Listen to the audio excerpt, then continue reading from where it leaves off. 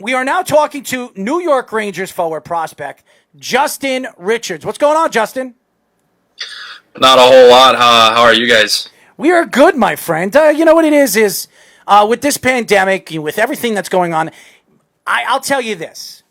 Being that we're here in New York and all the craziness that's happened this year, I can't wait until this year is over. Completely over. Summer's almost over. I'm so happy that the winter's starting, and you should be happy because as soon as hockey is over in October, it begins in December. Mm-hmm. Yeah, I know. That's the good thing about it. I mean, obviously, with hockey starting up again over the summer, there's nothing better than playoff hockey. So obviously, I want that to last as long as possible. Mm-hmm. So hopefully, we get a couple Game 7s here. But yeah, definitely looking forward to November, December, whenever the next season's going to start. Well, I know you're with the Rangers, okay? So are you surprised that the Islanders are playing as well as they are? And how about Barry Trotz's defense? It's been absolutely incredible what the Islanders have been doing. Now that they're in the semifinals, they knocked off the Philadelphia Flyers last night 4-0, and I am so surprised that Varlamov is playing as well as he is. Are you surprised about the Islanders right now? Yeah, I am definitely pretty surprised about the Islanders. I mean, I know Barry Trotz is a very great coach. He's had a lot of success throughout his whole coaching career. I mean, he won a Stanley Cup a couple years ago with Washington. But yeah, no, the Islanders are playing very well as a group. You know, I've been hearing just things like how much fun they're having off the ice and in the bubble. Sorry. Well, it is a bumble. It is a bumble. Bumblebee honey, man. Bumblebee honey. They're making the most of it, and I think they're having the most fun right now, and we've been seeing that with the success that they've been having. Come on, Justin. Don't you want to play for Barry Trotz and the Islanders instead of those JD, David Quinn, and the New York Rangers? Come on, man. Just admit it. You should. Don't you wish you were an Islander? Don't do it. Don't do it. I mean, I'm just kidding honored. with you. I'm just kidding with you. I'm extremely honored to be a Ranger. So. Of course you are. You're playing in Madison Square Garden. You get to play in the world's most famous arena, and you get to hear all those crazy Ranger fans saying the Islanders stink. Yes, I know. You love it. You love the smile. I love it too. As much as I can't stand the Ranger fans, and I can't stand the way Ranger fans treat the Islander fans. But nevertheless, we're here. We're talking to you. As you guys know, we are talking to New York Rangers forward prospect Justin Richards. Now, Justin, what was it like when you got that phone call from the New York Rangers that they were going to sign you? Were you surprised? Were you excited? Where were you at the time that the Rangers reached out to you and said that they were going to sign you to be a new player for the New York Rangers organization? Yeah, well, I was down. It was about a week after the season ended, after we found out the season ended because of COVID. So that was March 20th, probably March 20-something. And I was in Naples, Florida, because that was when the quarantine had just begun. And yeah, no, the Rangers reached out to me, Jeff Gordon, David Quinn, and yeah, so they just reached out and they said that they had some interest in me, and you know, just kind of gave me what it would be like to be a Ranger and kind of the numbers and things like that. So I had a lot of conversations with my agent and those guys, and yeah, no, I was just extremely honored to be someone that they were considering having joined their organization. So I was extremely excited and extremely happy. Both with the current roster and the farm system for the New York Rangers, which players in both of those are you most looking forward to playing with, and why? Well, I mean, on the Rangers, Mika Zibanejad. I mean, he's a guy who's been very successful throughout the past few years with the Rangers, and you know, he's off the ice. He's a DJ, so I think picking up a few of those things would be kind of cool. I didn't know he was a DJ. I'm a DJ too. I didn't know Zibanejad was a DJ. That's yeah. Interesting. That's interesting. I might have to reach out to Zibanejad because I'm a pretty well-known DJ out here too. So maybe we can mix a little bit. That's something new. I didn't know that. Thank you, Justin. So, I mean him. Obviously, Henrik Lundqvist too.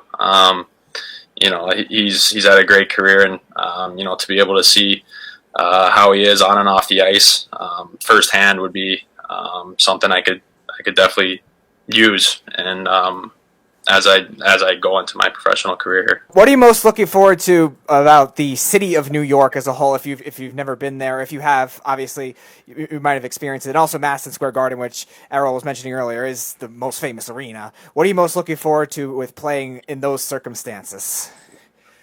I mean, obviously New York was a part of the decision. New York City, just I don't know, it's one of the greatest cities in the world.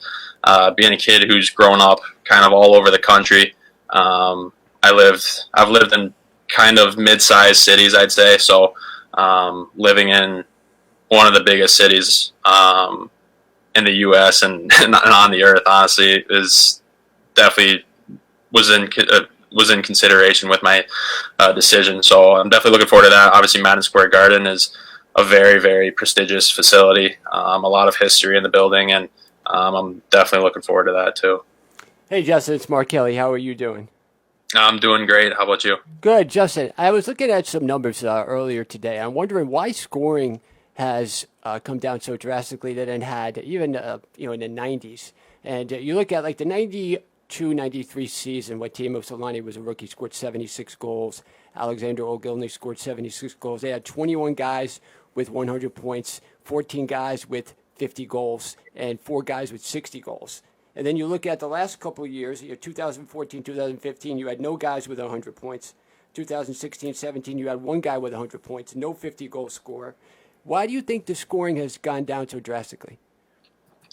Well, I mean, if I ever were to watch one of those games from the 90s, the first thing I notice is, I mean, the goalie's equipment. So, I mean, I think that could be one thing, but also the players' sticks that they were using, it wasn't the same technology that we have today. So, so that kind of cancels each other out. But I also think that the league and hockey players all over the world have just come on the same level now. In the 90s, we had Gretzky, Messier, like all those greats. And I feel like they were just so much better than the other guys in the league, and now, everyone can play. Everyone can play at that level, and obviously there's still guys that stand out more than others. But I think that's the reason why,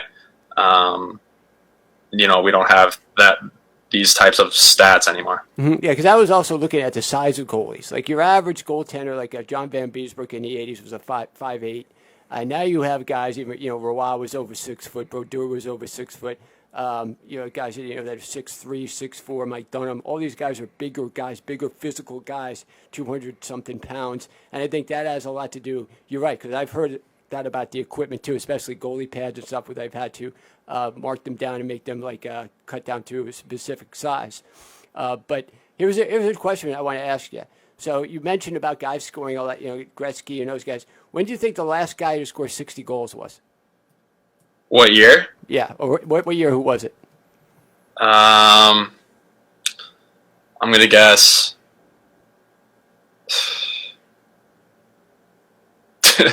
2001. Right. Steve Stamkos, 2011, 2012 scored 60 goals. Oh, okay. You would have thought Ovechkin did it one of the last couple of years because he's the most dynamic goal scorer.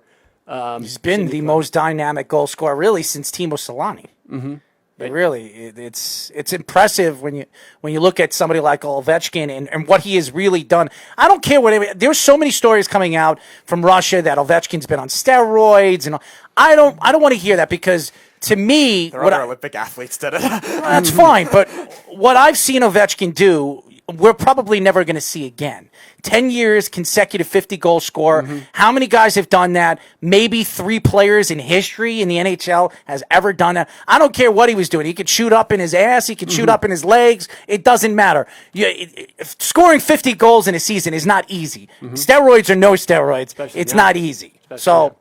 But as you guys know, we are talking to New York Rangers forward prospect Justin Richards. Now, Justin, when you look at the speed of the game, And we talk about Barzell and Connor McDavid and all these great speedy guys. And hockey has really transitioned. We were just talking about the 90s, and you're a young kid, so you probably never really got the chance to see some of the dynamic players in the 90s. You're talking about Mike Gardner was a 500 score over 600 goals. Guys like Wayne Gretzky and Mark Messier at the top of their careers, you were too young to see these guys play. When you look at the speed of the game with the Connor McDavids, the Barzells, the Sidney Crosbys, the guys that have dominated in the last 10 to 15 years, are you surprised that the speed of the game has gotten faster? Or are you surprised that the game has just gotten the players have gotten more athletic in the game of hockey? I mean, yeah. I think as time goes on, everyone's just going to keep getting better. Obviously, we've seen McDavid and everything he does on a nightly basis. It's crazy what he does, man. It's crazy. It's crazy. Yeah. It's absolutely crazy. Yeah, and like the guy I used to watch growing up was Sidney Crosby, and the stuff Played he against did. him. I played against him. I was a pretty big hockey player growing up before I hurt my knee. I was a top prospect. I played for Team USA junior hockey. Okay. I played a long time, almost 16 years of competitive ice hockey, and I know what it takes to be at the top of your game. But I've seen myself fall, and fall flat on my face because of ego, and that's the problem with this game. And I've watched a lot of Sidney Crosby as an ego. Even when he was 13 and 12 years old, when I played him, and he was playing against kids that were 4 or 5 years older than him, and they were writing stories in Canada, in Toronto, and Edmonton about this kid, the next big thing, the next Gretzky, and he hasn't, he has proved everybody, he's proved to everybody, not only in Canada but in the United States, he's one of the greatest hockey players that we've ever seen. But are you surprised when you look at the game?